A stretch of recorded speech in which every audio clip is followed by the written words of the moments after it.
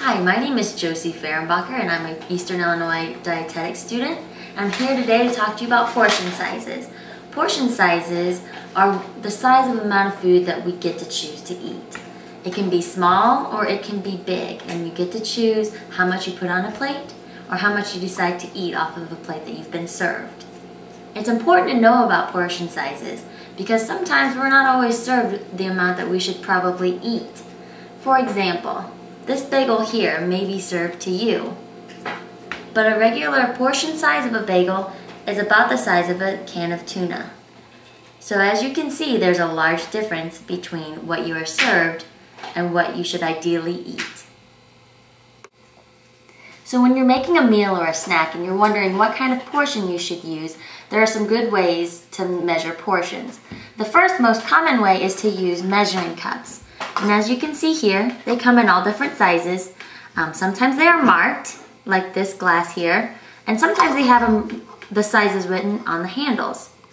Either way, they're really good guides to figuring out how much you should consume for a meal or a snack. So what do you do if you don't have measuring cups? When you're out to eat, you can't take those with you. So some good ways to remember portion size is first to use your hand. You can use your fist, and if you make a fist, that's about 1 cup. And that's appropriate for rice, pasta, fruits, and vegetables. If you make an open palm, the size of your palm here is about 3 ounces, which is best portion size for meat, fish, and poultry. If you cup your hand and make a handful, this is the right size for nuts, raisins, and other dried fruits. If you make 2 handfuls, then that's good for aired out snacks like popcorn, chips, and pretzels.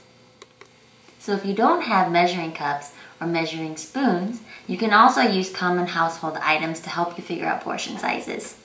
We'll start over here. This computer mouse is about the size of a baked potato that you would like to have for a meal. This checkbook here is about the size you want to consume of a thin white fish. This deck of cards is about 3 ounces, which is the right size for a piece of meat, like chicken or beef or pork chop.